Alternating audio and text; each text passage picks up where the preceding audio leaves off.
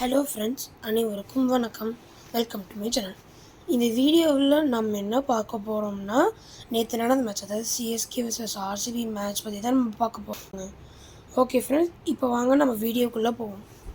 அடைச்சா என்னடா இது, சிஎஸ்கேல தோனியோட கடைசி வருஷம்னு எதிர்பார்த்தா இந்த வருஷமும் இப்படி பண்ணிடுச்சு. இந்த மேட்ச் சிஎஸ்கே தோற்றுட்டாங்க. இந்த மேட்ச் சிஎஸ்கே ஜெயிச்சிருந்தாங்கன்னா அங்கே குவாலிஃபை ஆகிருக்கலாங்க. ஆனால் ஆர்சிபி குவாலிஃபை ஆகிட்டாங்க. சரி, ஓகே. ஆர்சிபி இத்தனை வருஷமாக அதாவது ஃபைனல்ஸ் ஒரு எதிராக போயிருக்கு. அந்த இதுவும் சிஎஸ்கே அடித்தாங்க. So okay friends, RCB actually ஒரு கப் கூட அடிக்கல. ஸோ அது ட்ரை பண்ணிட்டோம். ஆனால் நான் ப்ரெடிக்ஷன் வீடியோவில் சொல்லியிருந்தேன், ராஜஸ்தானுக்கும் சிஎஸ்கேவுக்கும் தான் ஃபைனல்ஸ் நடக்கும்னு. அந்த ஆசை நிறைவேறல. சரி, பரவாயில்ல விடுங்க. இந்த வருஷம் ஜெயிக்கணும்னா அடுத்த வருஷம் ஜெயிப்பாங்க. ஆனால் அடுத்த வருஷம் தலை தோனி இருக்க மாட்டார். அதுதான் லைட்டாக கவலையாக இருக்குது. சரி வாங்க, இப்போ நாம் இதை பற்றி பார்க்கலாம். ஃபர்ஸ்ட் நம்ம ஆர்சிபி பேட்டிங் கிட்டே போகலாம்.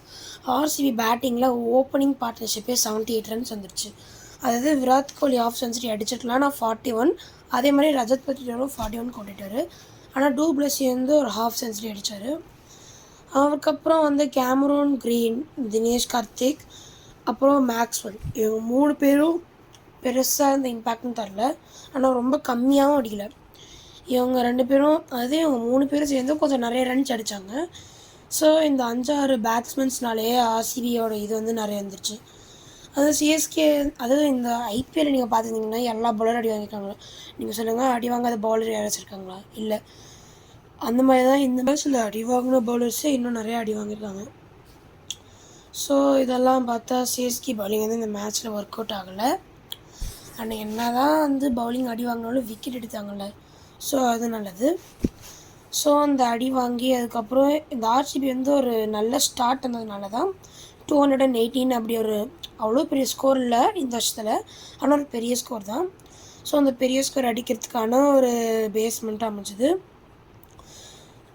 ஸோ அப்படி இருக்கும்போது ஆர்சிபிக்கு அப்போ நிறைய கான்ஃபிடென்ஸ் இருந்திருக்கும், இவ்வளோ ஸ்கோர் அடிச்சிருக்கோம்.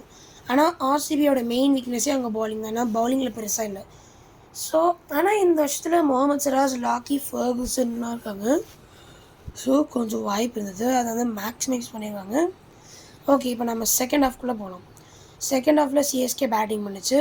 ஃபஸ்ட்டு பாலே விக்கெட்டுங்க. ருத்ராஜ் கை கூட ஃபஸ்ட்டு பாலே கிளென் மேக்ஸ்வெல் அவர்கிட்டே அவுட் ஆகிட்டார். ஸோ அது லைட்டாக அது ரொம்ப ஷாக்கிங்காக இருந்துச்சு.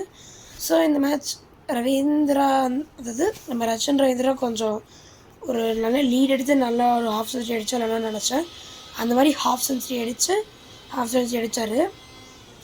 அது போக போக நம்ம பார்க்கலாம். அடுத்தது டேரில் மிச்சல், அவர் வெறும் 4 ரன்க்கு அவுட்டுங்க. சார், அவரும் சூப்பராக விளையாட்டுருந்தாருன்னா 3-4 ஹாஃப் செஞ்சுரி அடித்தார் சிஎஸ்கேக்காக. அவரும் அவுட் ஆகிட்டார்.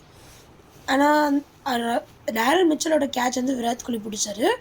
அந்த கேட்ச் விராட் கோலிக்கு ரொம்ப ரொம்ப ஈஸி. ஆனால் அந்த கேட்ச் ரொம்ப ரொம்ப கஷ்டம்.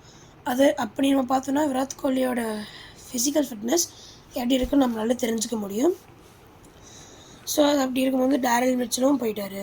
அதுக்கப்புறம் அஜிங்கியா ரஹானேவும் ரச்சன் ரவீந்திராவும் லைட்டாக ஒரு பார்ட்னர்ஷிப் போட்டாங்க.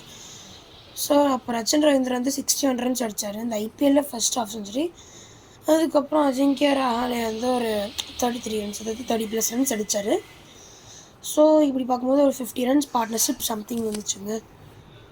ஆனால் போன மேட்ச் நீங்கள் பார்த்துட்டிங்கன்னா ஆர்சிபி ஃபுல்லாக எல்லாருக்கும் பவுன்சர் தான் யூஸ் பண்ணாங்க. இந்த மேட்ச் பவுன்சர்லாம் யூஸ் பண்ணலை. ஓகே ஃப்ரெண்ட்ஸ், இப்போ அப்படி வரும்போது ரவீந்திர ஜடேஜாவும் சூப்பராக பேட்டிங் பண்ணிருந்தார். இந்த மேட்சோட கடைசி வரைக்கும் வந்தார். அதோட ஃப்ரெண்ட்ஸ், இன்னொன்று சொல்ல மாட்டேன். அதாவது நீங்கள் பார்த்துருந்தீங்கன்னா ரச்சன் ரவீந்திராவும் சிவம் டுபேவும் ஒரு தடவை டபுள் சொன்னாங்க. அவங்க டபுள்ஸோட டைமில் சிவம் டுபே அந்த பக்கம், அதாவது ஸ்ட்ரைக் கிட்டே போயிட்டார். ரச்சன் ரவீந்திரா நான் ஸ்ட்ரைக் கிட்ட வந்தார். இன்னொரு ரன்ஸ் ஓடலாமான்னு பார்க்கும்போது சிவம் டுபே டேரக்டாக இந்த பக்கம் வந்தார். ரச்சன் ரவீந்திரா வேணாம் நோன்னு சொன்னதுக்கப்புறமும் சிவம் டுபே பார்க்கல. ஏன்னு தெரியல, ஓடுறதுல பிஸியாக இருந்தால் ரச்சன் ரவீந்திராவை பார்க்கல. ஸோ அந்த டைமில் ரச்சன் ரவீந்திரா சாக்ரிஃபைஸ் பண்ணார். அதாவது சிவம் டுபே நல்லா விளையாடுறதுனால ரச்சன் ரவீந்திரா சாக்ரிஃபைஸ் பண்ணார். ஸோ இந்த சாக்ரிஃபைஸ்க்காகவாச்சு சிஎஸ்கே இந்த மேட்ச் ஜெயிச்சிருக்கணும். ஆனால் அநியாயமாக தோற்றுறாங்க. ஓகே ஃப்ரெண்ட்ஸ், அதுக்கப்புறம் நீங்கள் பார்த்தீங்கன்னா ரவீந்திர ஜடேஜா இந்த மேட்சோட கடைசி வரைக்கும் சூப்பராக பண்ணிட்டு இருந்தார்.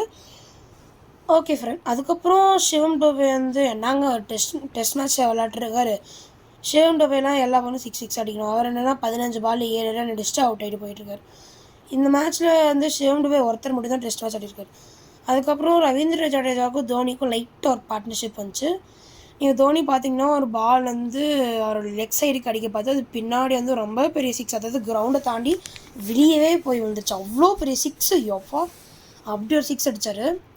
அது லைட்டாக ஒரு பூஸ்ட் இருந்துச்சு. ஆனால் அதுக்கப்புறமும் வந்து தோனி எப்படியோ அவுட் ஆகிட்டார். கடைசி 2 பால் போன வருஷம் மாதிரி 2 பால்ஸில் 10 ரன்ஸ் சிஎஸ்கே குவாலிஃபையே ஆகிறதுக்கு. அப்போ வந்து ஷார்ட் பால் தான் போட்டாங்க. ஆனால் அது ஸ்லோ பால் ஆனதுனால ரவீந்திர ஜடேஜா அந்த பால் மிஸ் பண்ணிட்டாரு.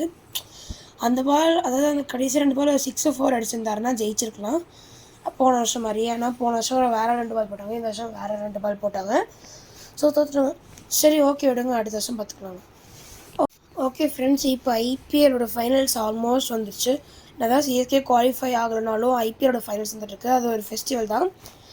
ஸோ இது வரைக்கும் என்னோடய சேனல் சப்ஸ்கிரைப் பண்ணாதவங்க சப்ஸ்கிரைப் பண்ணிக்கோங்க. அப்படியே அந்த பெல் பட்டனையும் கிளிக் பண்ணிக்கோங்க. இந்த வீடியோ உங்களுக்கு பிடிச்சிருந்தா கண்டிப்பாக ஷேர் பண்ணி